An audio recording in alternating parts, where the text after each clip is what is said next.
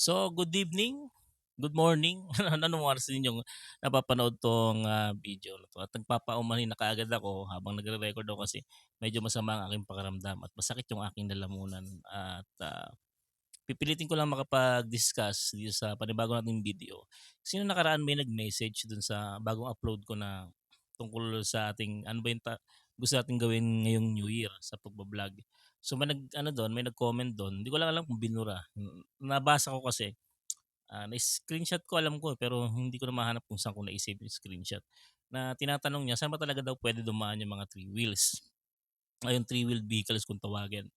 So although meron na akong content tungkol dito dati, matagal na, I think 2023 pa ako nakapag-upload ng pero of course may mga bagong lumabas na policies patungkol sa ating mga three-wheeled vehicles. So ngayon pag-aaralan natin, kaya in-depth study according to existing policies, ano nga ba yung mga bagong inilabas na policy kung saan tayo puwedeng dumaan or much as I said, mali pa rin kung saan tayo 'no, yung kung saan puwedeng dumaan yung three-wheeled vehicles kasi yung aking three-wheeled vehicles ngayon ay wala na sa akin. Pero patuloy pa tayong gumagawa ng informative videos patungkol dun.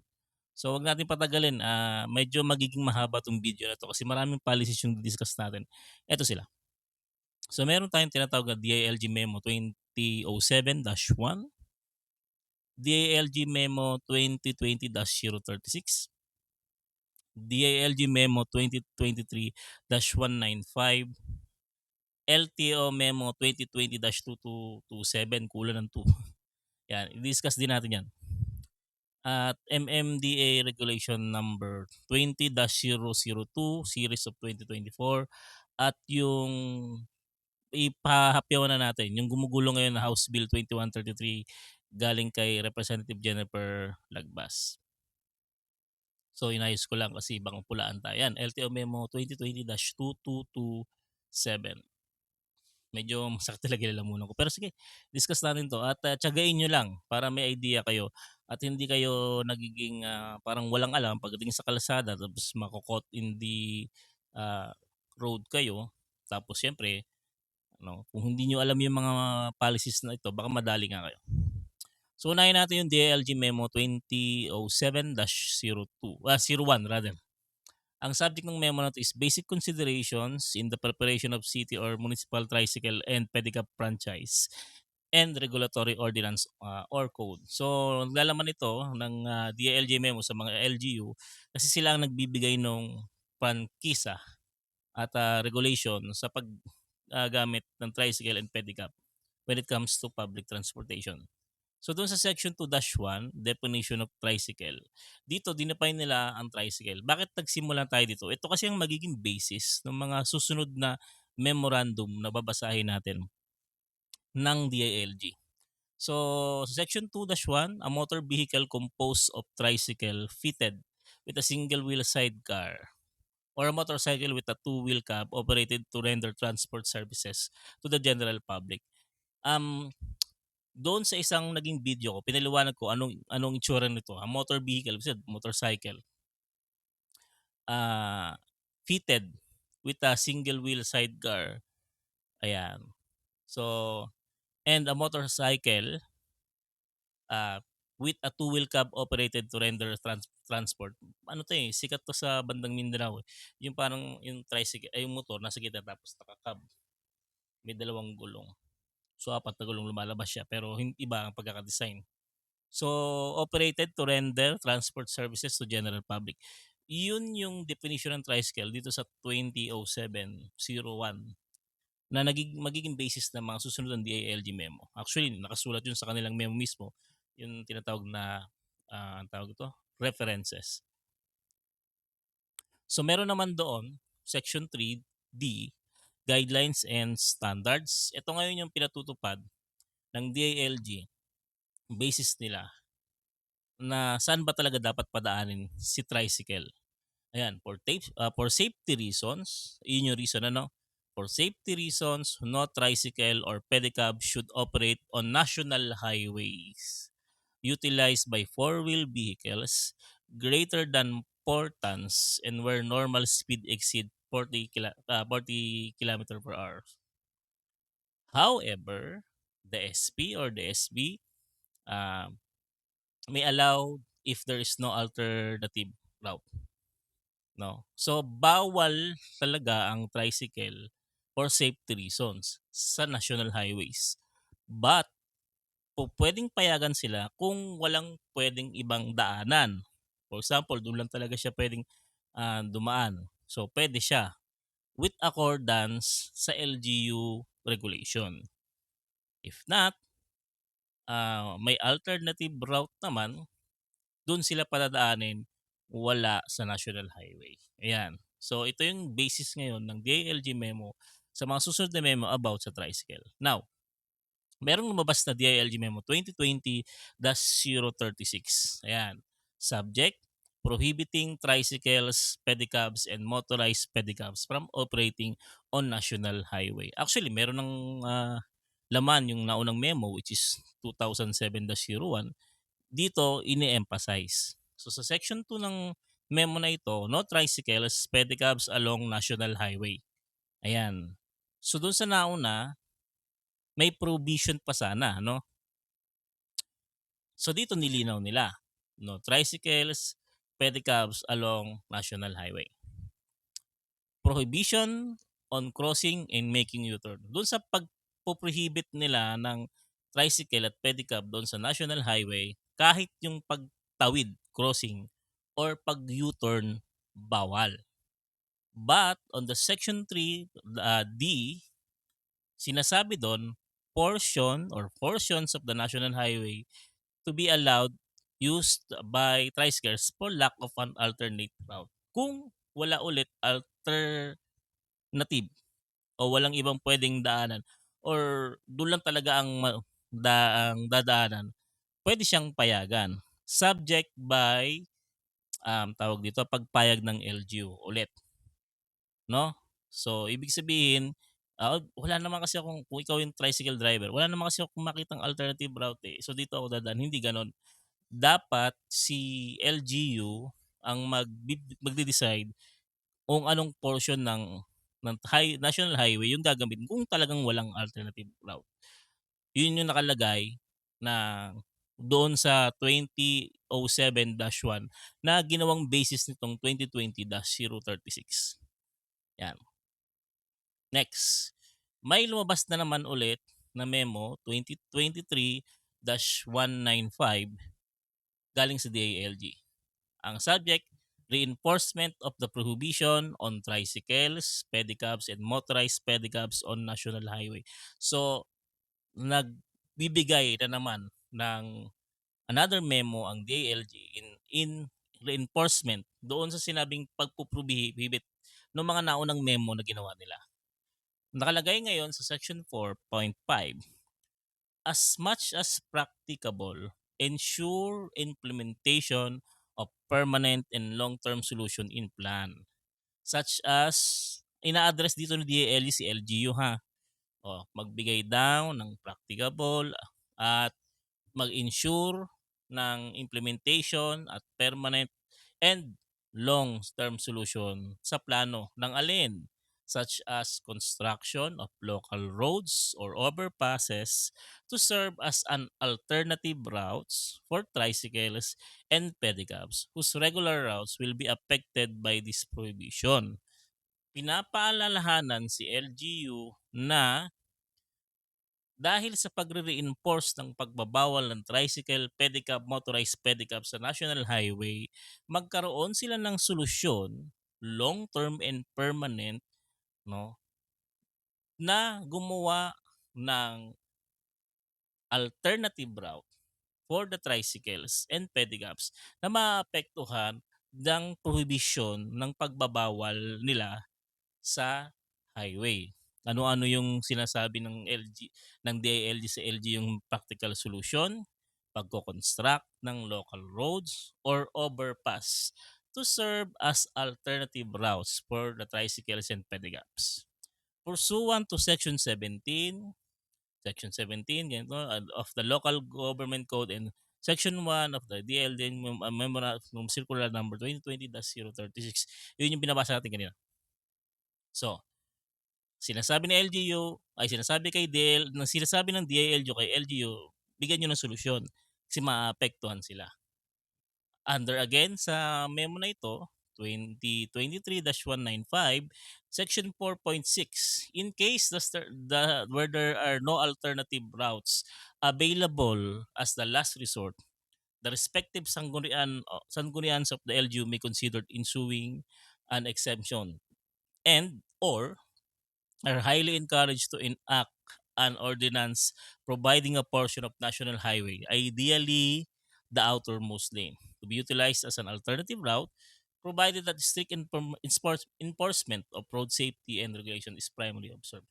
So kung talagang sabi ni DILG Memo 2023-195, wala talagang alternative route, hindi makakapagtayo ng overpass, hindi makakapagtayo ng local roads kasi syempre baka may issue ng right of way or walang pondo. Pwede naman as a last resort na magbigay si sanggunian ng LGU ng exception at padaanin sila tricycle, pedicabs, motorized pedicabs sa national highway at ang binibigay na ang tawag ito na payo ng DILG, the outermost lane to be utilized as an alternative route provided that strict enforcement of road safety and regulations is primarily observed. Yon. So mapapayagan lang according kay DILG Memo 2023-195 ang paggamit ng highway sa tricycle if pinapayagan ng LG yung gamitin ang outermost lane ng highway para sa kanila kasi in the absence of alternative routes at wala na talagang magagawang ibang solusyon para magkaroon ng alternative routes para sa mga tricycle. So ito yung nagiging guide natin ngayon. Okay? So kung meron kayong tanong about sa mga nauna natin binasa, ang tawag ito, tanong nyo lang sa comment section. Basta ito ang maliwanag. Si tricycle ang pinag-uusapan natin, ay pinapayagan lamang sa national highway kung one, may pagpayag ng LGU to wala talagang alternative routes na pwedeng ipagamit sa kanila. Considering na kailangan nila makarating doon sa isang places, no? So doon lang. So hindi po pwede nating halimbawa tricycle. Teka, dadaan ako sa outermost lane ng highway kasi wala namang nakalagay na alternative routes. Tanong, nagbigay ba ng exemption ang LGU ninyo yan sa lugar na yun at pwede kayong dumaan sa national highway? Kung meron, pwede kayong dumaan. Kaya laging ang aalalahanin ninyo, nagbibigay si DILG ng power sa LGU in deciding kung makakadaan ba ang tricycle sa national highway kasi sila ang binibigyan ng power to enact sa kanilang franchise regulation.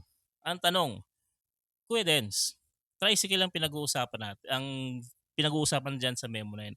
How about yung three-wheeled vehicles? Punta naman tayo ngayon kay LTO Memo 2020-2227. Dito, niliwanag kahit paano ng LTO kung saan ba pwedeng payagan ang operation ng mga TWBs, no? Bukod sa pagbibigay ng classification, registration ng category L5, L6 and L7. L5 is kasama na yung three-wheel vehicles, I think. Ba? Nakalimutan ko na rin sa tagal. Now, on Section 3, nakalagay doon sa LTO Memo 2020-2227, operation of these vehicles kasama yung three-wheel vehicles along secondary national highways may be allowed if there is no alternate route designated by LGUs. Ipinapattern ni LTO yung kung saan pwedeng dumaan ang TWBs including nga yung yung L7, yung mga four wheels na hindi pa makakategorize as car For example, yung Bajaj Qute, 'yan. So, pina-pattern ni LTO sa memong inilabas ng DILG about tricycles ang operation ng mga ganitong klaseng sasakyan, ng TWBs. Meaning to say, kung paano ang tricycle papayagan lamang sa national highway na dumaan kung walang alternative routes, ganun din ang TWBs, sabi ni LTO. If there is no alternate route designated by LGUs and shall take the outermost lane or the rightmost portion of the road. Kaya yung mga nagtatanong sa akin, Kuya Dens, pwede bang dumaan sa ganitong lugar? Pwede bang dumaan sa ganitong city? Safe ba kaming lumusot sa NCR? Yan, sa Metro Manila. Ang sagot po dyan, itanong sa mga LGUs kung pumapayag ba silang dumaan kayo sa national highway na nasasakupan nila kasi baka wala silang alternate route or alternative route para sa mga three-wheeled vehicles. Ganyan ang ginawa ko sa Bacoor noon, sa Molino. Yan, hinuli ako diyan after doon sa sa SM Molino. Ginagawa pa yung tulay. Ngayon accessible na yata yung tulay. Ngayon papunta akong Kabsu, Bacoor, pinara ako ng enforcer nila. Pero si enforcer naman kasi ang sabi, bawal ang e-bike. Pinakita ko sa kanya hindi e-bike yung Bajaj ano. And then ano ba 'to? Yeah, minom lang tayong tubig. Naubo ako. Sabi dun sa sabi ni enforcer, um, bawal pa rin, yun yata yung pagkakatanda ko. Kaya inilabas ko 'tong LTO Memo 2020-2227, pinaliwanag ko sa kanya. Ang question ko sa kanya, "Sir, meron ba kayong alternate route para sa mga ganitong klaseng sasakyan?" Wala siyang nasagot. So, doon sa case na yun sabi ko, "Hindi mo ako pupuwedeng hulihin kako dahil outermost lane naman yung ginagamit ko. Wala naman kayong direksyon kung saan dadaan yung mga three-wheeled vehicles." Yun. So nagkasundo kami. Kasi inilabas ang pinabasa niya lang din sa aking city ordinance is e-bike lang yung pinagbabawal dun sa Molino Road. While walang nakalagay na provision sa three-wheeled vehicles. Kaya nung dun ako pabalik pa rin dumaan, wala nang huhuli. Pero naglabas na ata ang Bacoor ngayon ng panibagong hindi ko lang alam.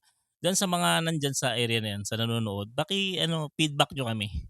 Kasi hindi ko alam yung iba't ibang um, ordinance ng LGUs diyan sa NCR pagdating sa three-wheeled vehicles. Ang experience ko lang masabi ko, halimbawa, si Muntinlupa, dumadaan ako diyan dati gamit yung Bajaj hanggang Taguig. Kasi namimili ako ng kopya dati sa Tipas. So nakakadaan ako. Ano pa ba? Sa Sukat, doon sa papuntang, ano ba yun? Ah, Basta sa kabilang gilid, papuntang SM Bikutan. Nakadaan na rin ako doon, wala namang sumita sa akin. Kaya ganito ang magiging kondisyon ko sa inyo, no? Doon sa mga nanonood sa atin, diyan sa mga LG niyo, tanungin ninyo kung anong kanilang kondisyon. Nag-try ako mag-email dati sa mga iba't ibang LGU. Noon pa kasi yun eh. Hindi, wala pa silang malinaw na sagot. I don't know now. Yan. So yun sinasabi dito sa LTO Memo 2020-2227, papayagan lang ang pagdaan sa highway kung walang alternate route designated by LGUs. Tapos, doon pa rin sa same section na yun, LGUs may prohibit or allow the operation of these vehicles along roads within their jurisdiction. So binibigyan ng leeway ng LTO ang mga LGUs kung papayag kayo o hindi kayo papayag. Example niyan, Cagayan de Oro. Alam ko mahigpit sila pagdating sa Bajaj. Hinuhuli kahit private use. O di meron na kayong Sa Valenzuela ata merong ganong klase ng. And parang nakausap ko nga yung LGU ng Valenzuela. Kung may taga Valenzuela or may taga LGU ng Valenzuela na nanonood dito, please paki-clarify na kailangan kumuha ng permit or sticker sa City Hall para payagan ang pagdaan. Pero nung inuurirat ko, yun ay nila sa e-bike. Yeah, about Bajaj RE. Sabi ko dati. So wala na akong napalang reply doon. Baka meron namang taga dito na pwedeng okay, so again, kung pinapayagan ni LGU, pwede. Kung hindi pinapayagan ni LGU ang operation ng ganyang klase, ng three-wheeled vehicles, wala tayong magagawa. Kasi ano yun, natural power, ano ba term natin, na ibinigay sa kanila ng DILG yun at kinikilala ng LTO. Ayan. So, ganun, no? Wag siguro nating makipagmatigasan sa mga taga LGUs dahil ito naman malinaw naman yung memo ng LTO patungkol sa kung saan tayo pwedeng dumaan. So, meron pang nag-exist na regulation number ngayon from MMDA. Ito sa mga nagtatanong sa akin diyan sa taga NCR, kung pwede po ba kami dito dumaan sa ganito, ganyan. Ang regulation number 24-002 series of 2024, ang title is prohibiting certain types of transportation and other forms of conveyance from transversing national roads, circumferential roads, and radial roads in Metro Manila. Nahihirapan ako magsalita. Sige, tapusin natin yung video to. In Section 3, tricycle is a motor vehicle. Dinefine nila yung tricycle dito. Ha, tingnan nyo, pakinggan nyo to. Tricycle is a motor vehicle consisting of a motorcycle fitted with a one-wheel sidecar of two-wheel or two-wheel of a two-wheel cab or a two-wheel cab yata ito. Or a three-wheeled motor vehicle. So isinama nila ngayon yung definition ng tricycle when isinama na lang sa definition ng tricycle yung three-wheeled motor vehicle. Registered and classified as such in the Registry of Land Transportation Office. Ngayon kasi, doon sa sinasabing registered and classified as such in the registry, may mga kasing naunang registration sa mga three-wheeled vehicles. Ganito ang pagkakaristo sa kanila. Kung makikita nyo, motor vehicle or tricycle sa vehicle type. Ayan, kung makikita nyo, Bajaj. Nakita ko lang to sa internet. Sa isang binibentang So tinakpan ko na lang yung details na iba. So dito, nakalagay din sa body type, motorcycle with sidecar, trike. Ayan. Meron naman yung katulad nung sa akin, yan.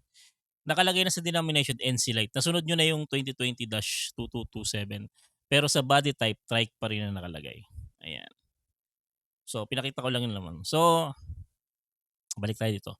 So, sa definition ng MMDA Regulation number 24-002 series of 2024, kasama ang three-wheeled motor vehicle. So, kasama dyan Bajaj, TVS, Piaggio Ape, yung Sarusi. Nakalimutan ko yung pangalan ng Sarusi. No? Na if registered three-wheeled motor vehicle or tricycle, para something like that. Okay? So, sa Section 2, prohibited from transversing, flying, or navigating national roads, and the following thoroughfares. Yung ang national roads na sinasabi dito, yung nasasakop ng MMDA ha. Baka sabihin, bakit sa probinsya sakop ba? Hindi. MMDA yung ano bang mga national roads na sakop ng MMDA? So bawal tayo doon. Tayo. Bawal ang three-wheeled vehicles doon. And the following thoroughfares. Ibig sabihin, bukod sa national roads, eto pa yung bawal. Ayan, hindi ko na isa-isahin. I hope nababasa. Dami.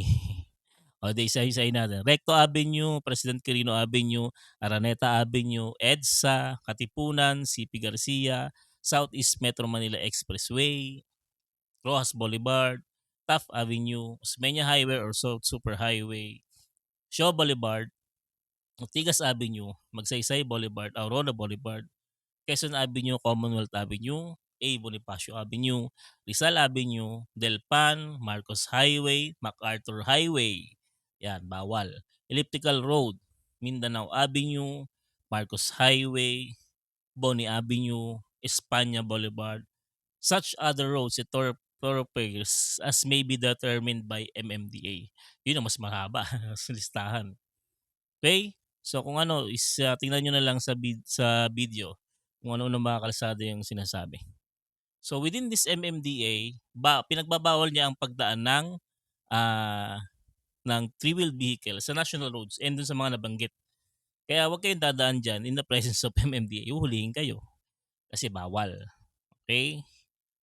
So sana nasagot ko yung tanong ng mga taga-NCR or mga gustong dumaan sa NCR na pwede ba kaming dito ganyan. Sabi ni MMDA bawal, okey? Yun nung maliwanag. Kailan pa pinatupad 'to, nung 2024 pa. So ganun ganun talaga kasi meron silang power to implement such as, laws. 'Wag na muna nating kontrahin kasi instead na i-bash natin sila, suportahan na lang natin 'to. Itong, nilalabi ngayon ni, Representative Jennifer Lagbas, the House Bill 2133, ang title niya, "An Act Reclassifying Three-Wheeled Motorcycles as Non-Conventional Motorcycles and for Other Purposes."